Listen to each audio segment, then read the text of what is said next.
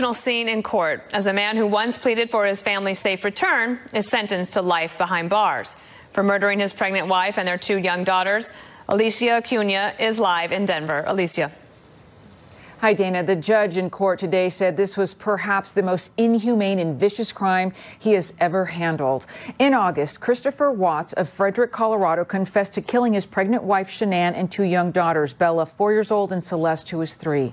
He initially reported them missing. Today in court, he cried at times as his wife's family and his own parents gave victim impact statements. Here's Shanann's father.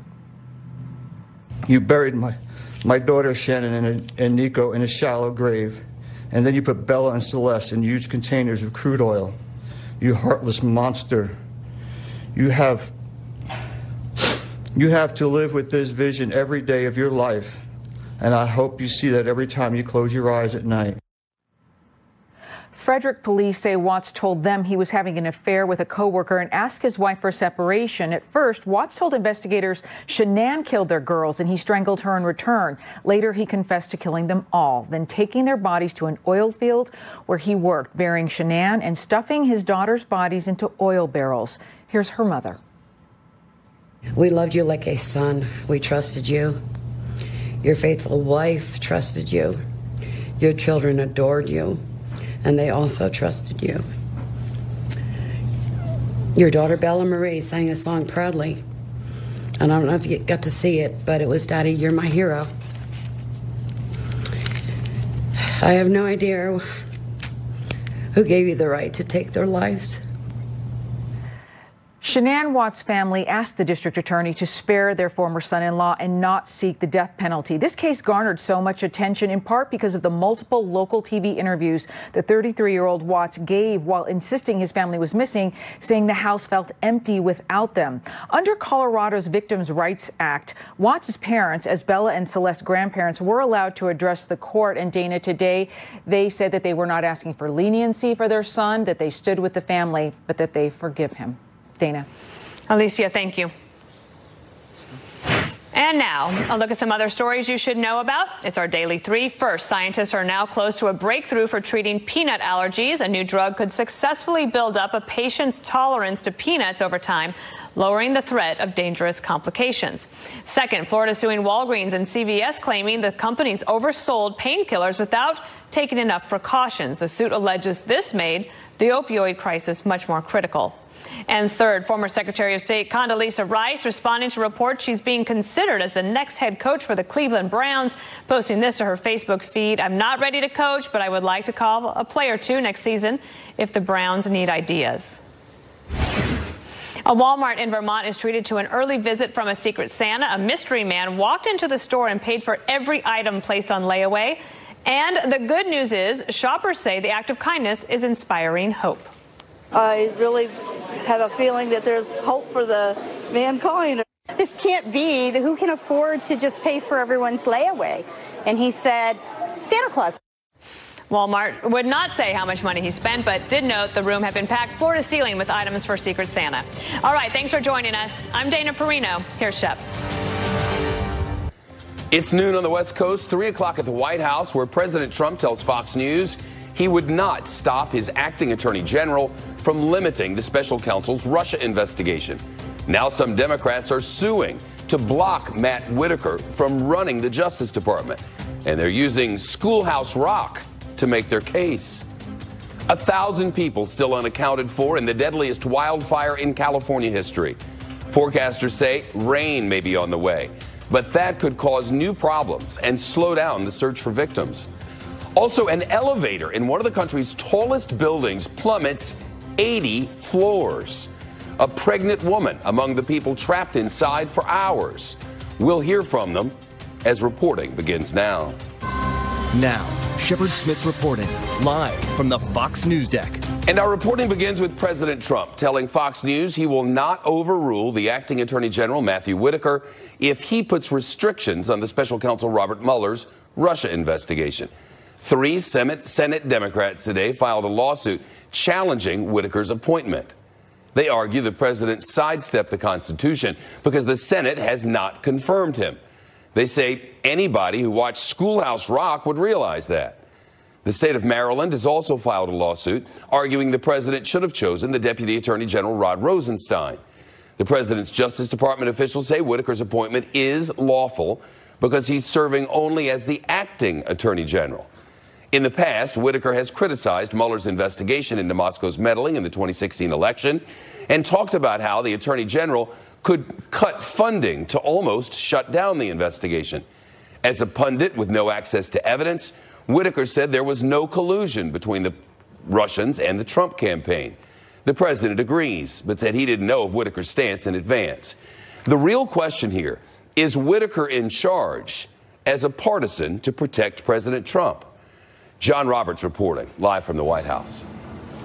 Certainly that is a question that a lot of people have, Shep. For the president's part, he has made no effort to hide his contempt for the Mueller investigation. In fact, he has gone out of his way on many occasions to show the degree of contempt that he has for the Mueller investigation. But so far, the president has not seemed to make any moves to interfere with the Mueller probe and says that he will not interfere with the investigation, that he simply wants it to be wrapped up as soon as is possible.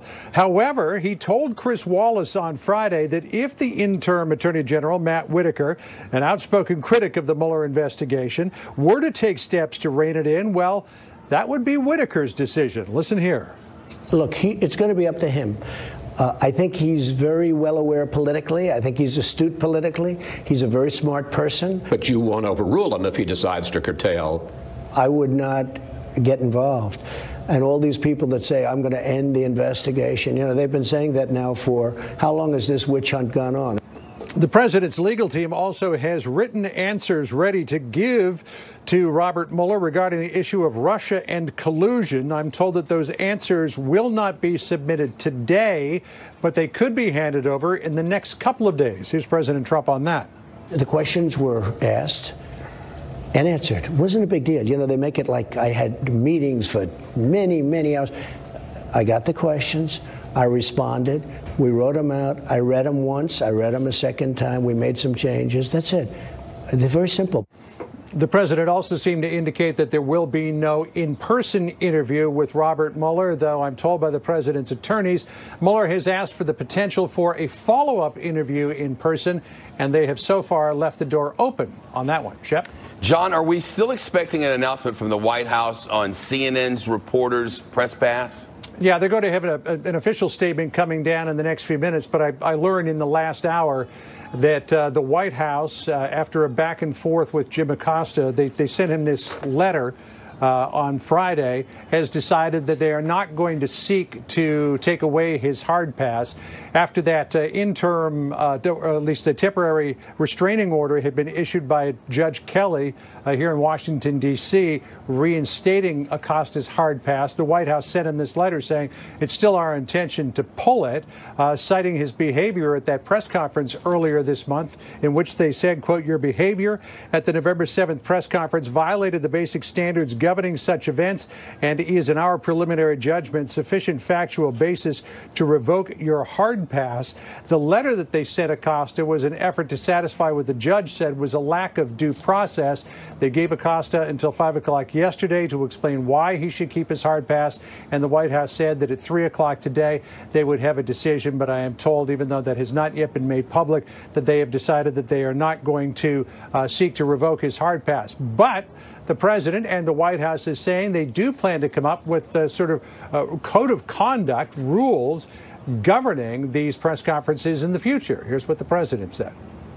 I mean, it's not a big deal.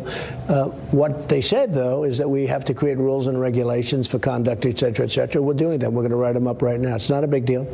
And if he misbehaves, we'll throw him out, or we'll stop the news conference. Now, we should point out that for decades, these news conferences and the interactions generally between people who cover the White House and the president have been more or less self-regulating.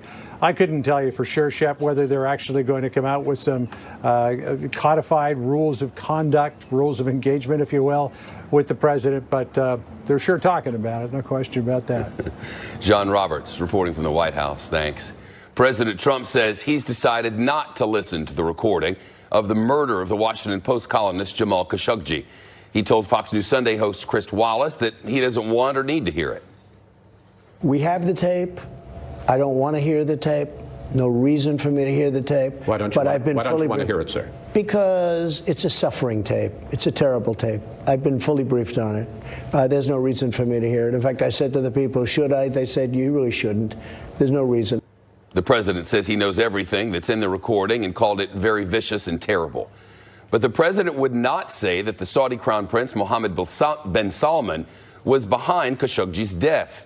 The Washington Post reports that the CIA officials have indeed concluding MBS did order the writer's murder.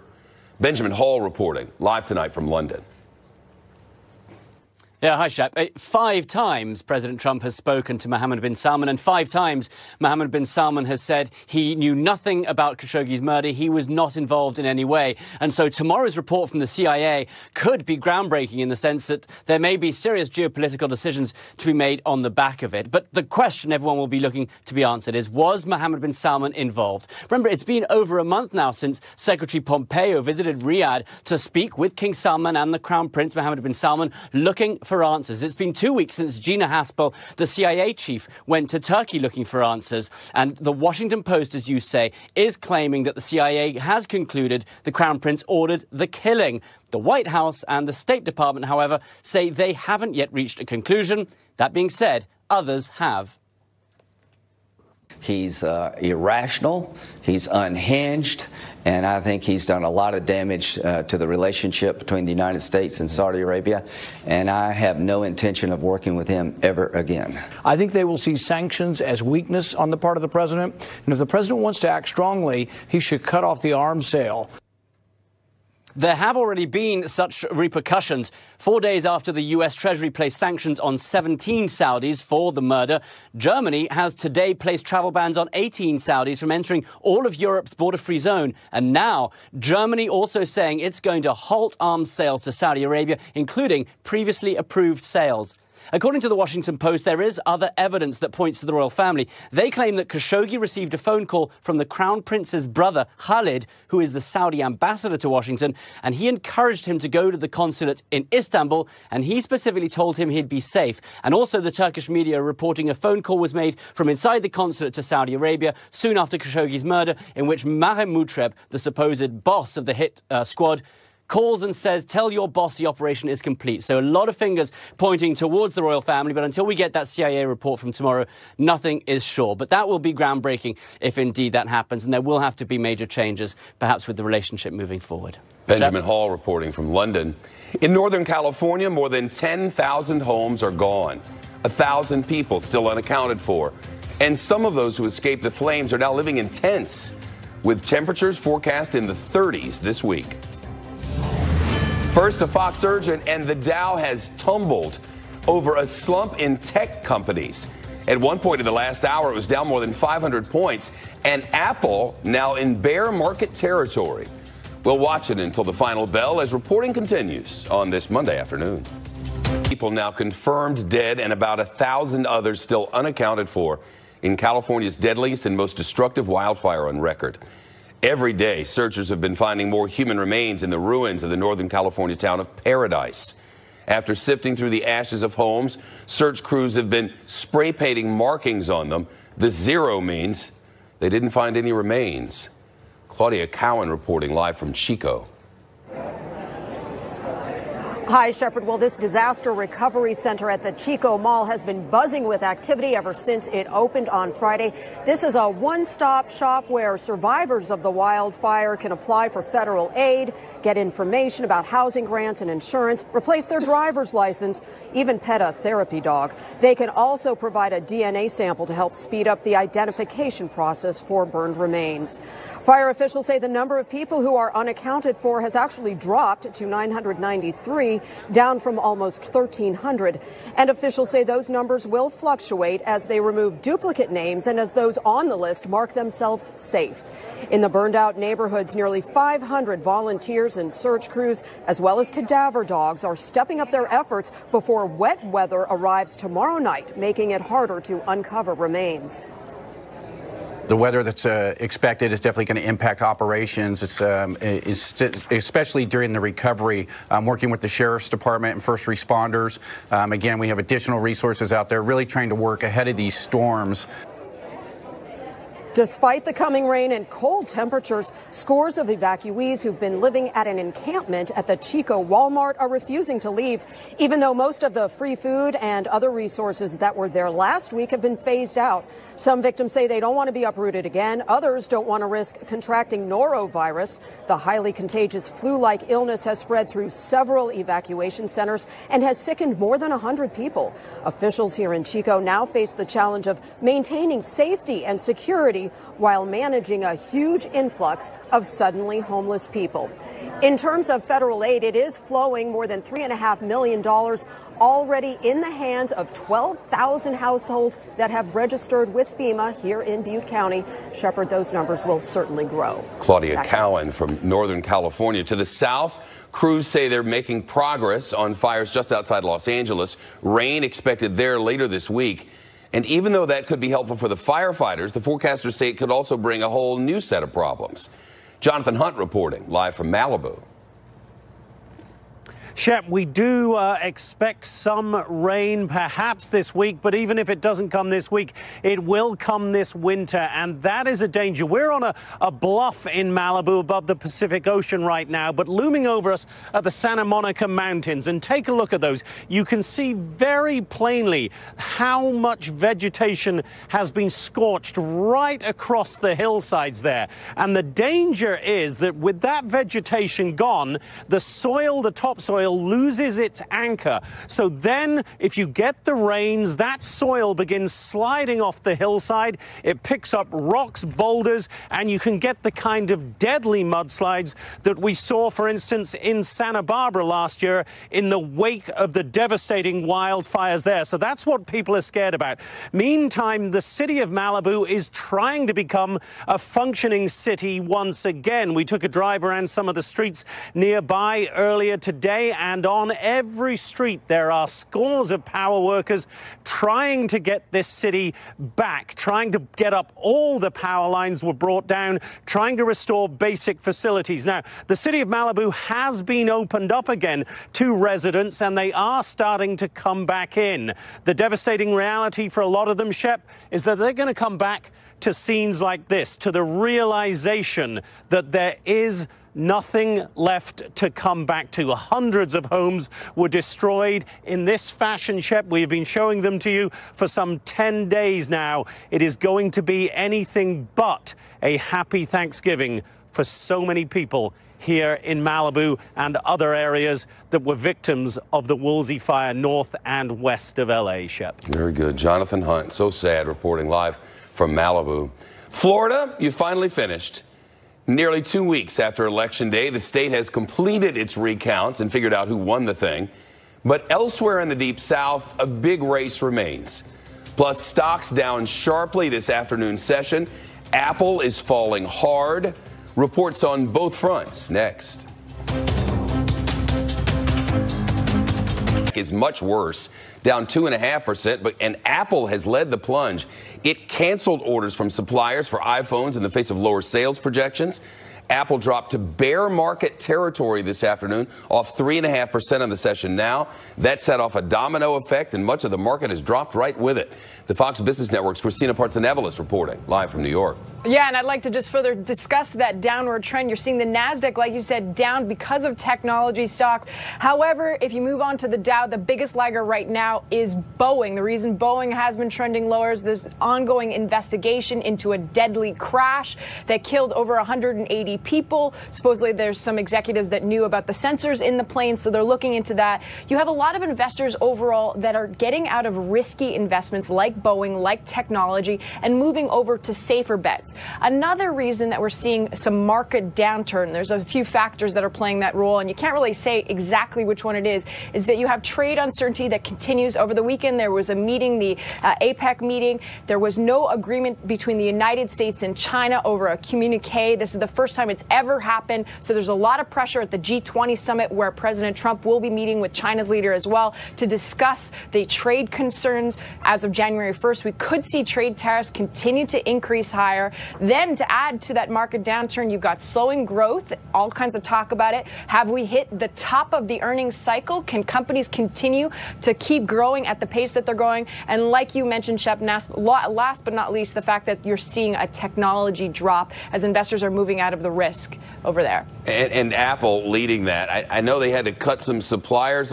Can you explain that? Yeah, there's a report coming out from the Wall Street Journal today saying that some of their new iPhones, these are the ones that were launched just in September alone, are seeing a lower demand. And then last week, there was a report that came out from one of their major suppliers, Lumentum Holdings. They're a key supplier for Apple, and they had a lower shipment of iPhones going forward. So into the near future, what you're seeing is this concern that we've hit saturation, that everybody seems to already have an Apple iPhone or an Android, and now it's becoming more and more difficult for Apple to climb higher. You hit this $1 trillion market cap, and yet that's coming down. It did hit bear market territory, like you mentioned. It fell 20% from its recent peak.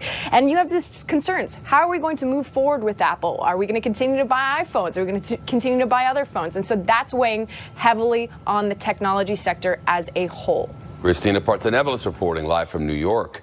Republicans taking both the Senate seat and the governor's mansion in the state of Florida. Recounts wrapped up over the weekend.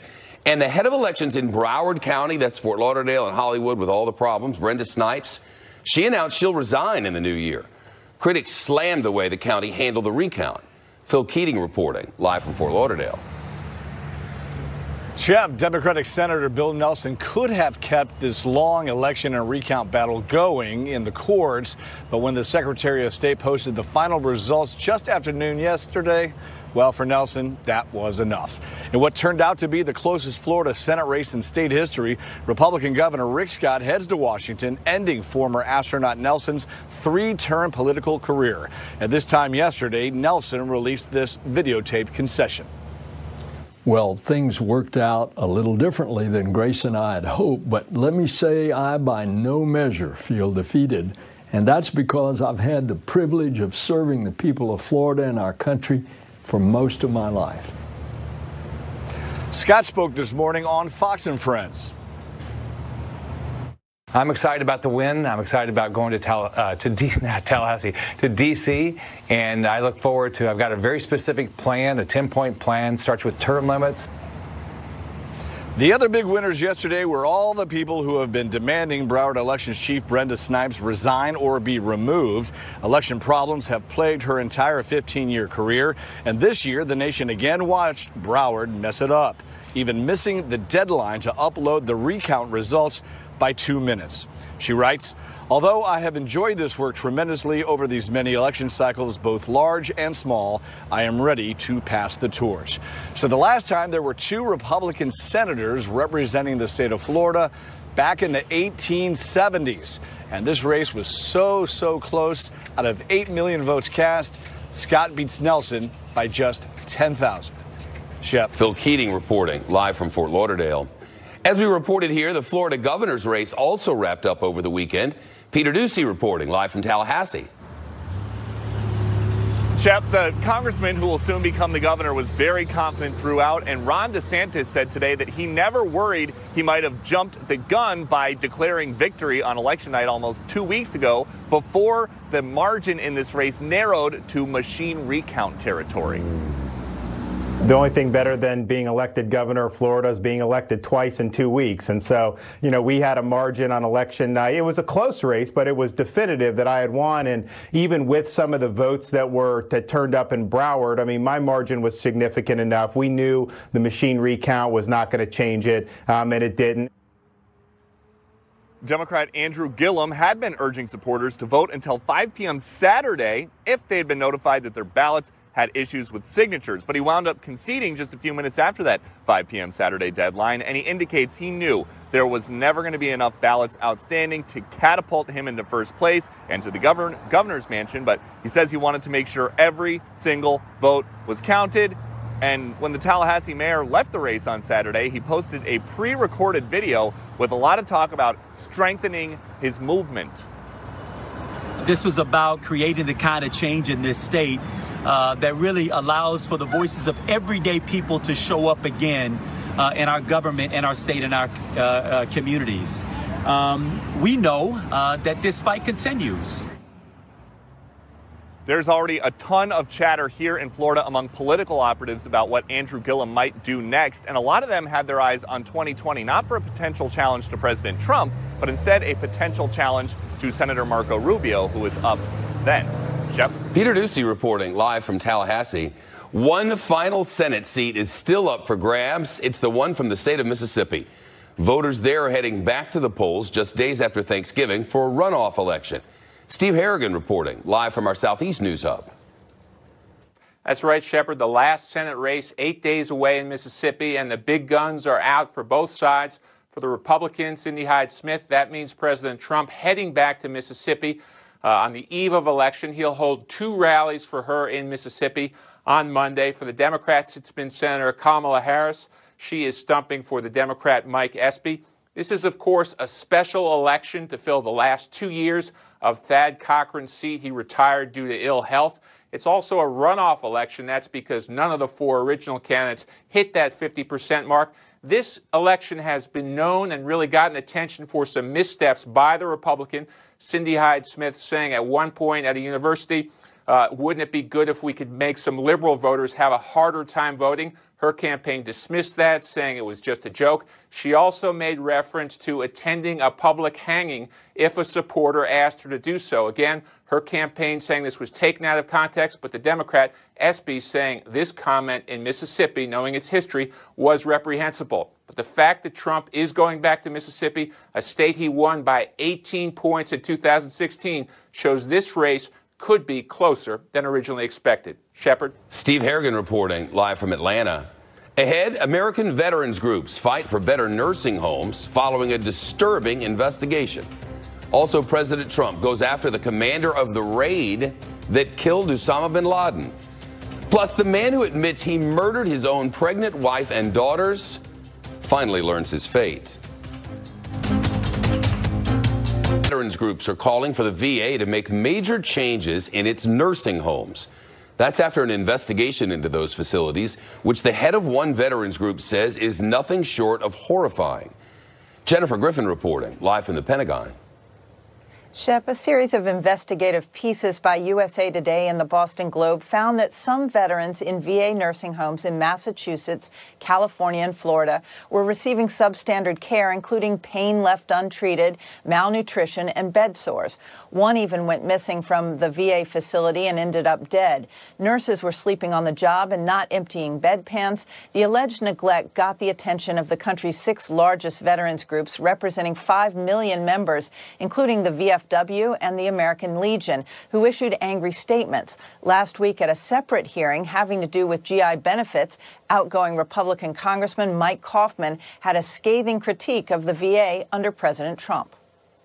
The Trump administration promised to clean up the culture of bureaucratic incompetence inside the VA. And based on this testimony today and other hearings we've had, I don't think they've made a lick of difference.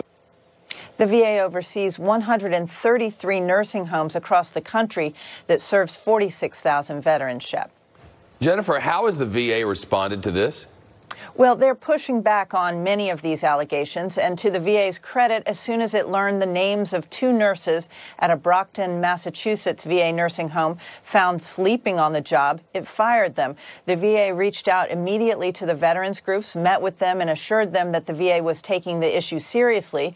VA spokesman Kurt Kaschauer issued a statement explaining that the VA cares on average for sicker patients than private sector nursing homes, adding their quality ratings are comparable to the private sector. The latest ratings show that 11 VA facilities, roughly 8% of the VA's nursing homes, received a 1-star rating overall, according to the VA spokesman. Nonetheless, Massachusetts has 2 VA nursing homes, one in Brockton and one in Bedford, that received those 1-star ratings based on an internal VA audit. Lawmakers from Massachusetts are demanding the VA release a report drawn up by the Long-Term Care Institute, the contractor hired by the VA to examine the state of these nursing homes. The VA has accused media organizations, the Boston Globe and USA Today, of cherry-picking a handful of anecdotes that have distorted, they say, the state of VA nursing homes. Shep. Jennifer Griffin reporting from the Pentagon. The president is facing some backlash after slamming the Navy SEAL who led the raid that killed Osama bin Laden. Garrett Tenney reporting live from Washington. Shep, this is someone with an extremely impressive resume of service to our nation. Bill McRaven is a retired 4-star admiral. He served 37 years in the Navy, including as commander of Joint Special Operations Command, where he led the 2011 operation that killed Osama bin Laden. But importantly here, he has also been an open critic of President Trump's attacks on the media. McRaven has repeatedly said those attacks are, quote, the greatest threat to democracy in my lifetime. When Chris Wallace asked the president about that statement on Fox News Sunday, the commander-in-chief dismissed the retired 4-star admiral and the work that he did on the bin Laden raid. He's a Hillary Clinton backer and an Obama backer. And frankly, he was a Navy SEAL. Wouldn't it have been nice if we got Osama bin Laden a lot sooner than that? Wouldn't it have been nice? You know, think of this. Living in Pakistan, beautifully in Pakistan, in what I guess they considered a nice mansion. I don't know, I've seen nicer. But living in Pakistan, right next to the military academy, everybody in Pakistan knew he was there. The president's facing growing backlash for those comments on both the style and the substance. Former CIA Deputy Director Michael Morrell defended McRaven, tweeting, quote, correction needed to POTUS's comment today that McRaven should have found bin Laden sooner. CIA did the finding, McRaven's special operators did the getting. They moved within days of President Obama giving the order. The Navy SEAL who shot bin Laden, former Fox News contributor Rob O'Neill, is also coming out to defend McRaven, tweeting Sunday, Admiral McRaven was born to lead this mission. I'll follow him anywhere. If only people heard the real speech he gave the team. Then this morning he added, quote, the mission to get bin Laden was bipartisan. We all wanted to get him as soon as we could. Now, for his part, McRaven is standing by his criticisms of the president's treatment of the press. And we should note, contrary to the president's statements, McRaven did not endorse any candidate in the 2016 race, though at one point the Clinton campaign did consider tapping him as her running mate. Despite all of this blowback, though, today the president is doubling down on his criticisms of McRaven, as well as the mission to find Osama bin Laden. Shep. Garrett Tenney reporting from Washington. Breaking today, 16 House Democrats are promising to vote against Nancy Pelosi for Speaker. This group of 16 released a letter today, all of them signed it, calling her a historic figure, but writing, the time has come for new leadership. Nancy Pelosi was the first woman Speaker of the House and says she intends to get the gavel back. John Bussey is here. He's a Fox News contributor, associate editor at the Wall Street Journal. The Journal's parent company and Fox News parent company share common ownership. What are we seeing here? Yeah, well, we're seeing what we expected to have happen. We knew that some candidates ran on the basis of saying that, look, if you elect me, I'm not going to vote for Nancy Pelosi for Speaker. And there are some people already incumbents in the House who got reelected who have felt that it's time for a change. She's been head of the majority and then minority Democrats in the House for a lot of years. Concerned about her being kind of a lightning rod for the president, an easy person to go after. The president's even saying, I'll help her get elected. That's right, kind of in this kind of sarcasm.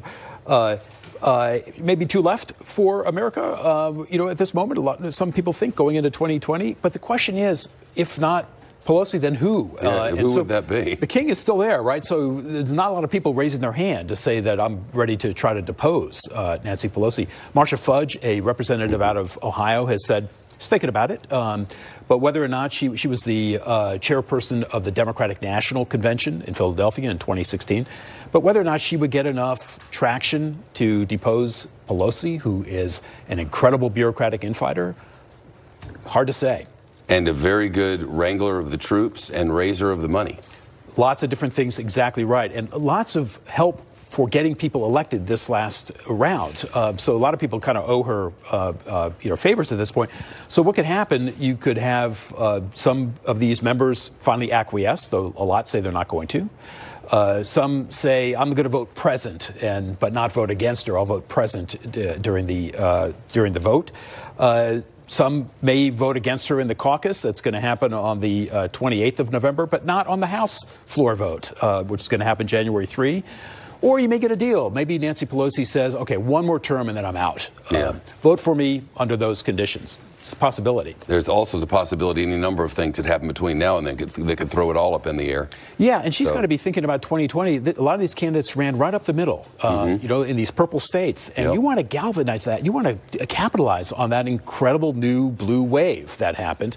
she may not work in favor of that in 2020. No soon enough. John Bussey, great to see you. Pleasure. So stay with me here. You're on an elevator in a skyscraper, right? And all of a sudden, the cable that holds the elevator snaps and the car starts streaking down hundreds of feet. What do? It's happened. High drama at the Hancock Tower, as reporting continues. That he murdered his pregnant wife and their 2 young daughters, will spend the rest of his life in prison. Police in Colorado say Christopher Watts killed his wife and kids at their home outside Denver, then dumped the girls' bodies inside oil tankers, their pregnant mother buried nearby. The judge who handed down the sentence today said this is perhaps the most inhumane and vicious crime he's handled of the thousands of cases he's seen. Alicia Acuna reporting live from Denver. Hi, Shep. Multiple life sentences to be served consecutively, and the Weld County District Attorney said he did not pursue the death penalty against Christopher Watts because his dead wife's family asked him not to. Christopher Watts confessed in August to killing his pregnant wife, Shanann, and their 2 young daughters, Celeste and Bella, after initially telling investigators and multiple Denver news organizations that they vanished from their home in Frederick, Colorado. Today, he sat shaking and crying at times during his sentencing hearing while emotional statements were given. Shanann's brother wrote a letter read in court. I can't even think of the right words to describe the betrayal and the hate I feel. And to be honest, you aren't even worth the time and effort it takes to put my pen to this paper. There isn't a day that goes by that I don't cry for my family. They were my whole world. All I do is ask myself why. Why would you do this?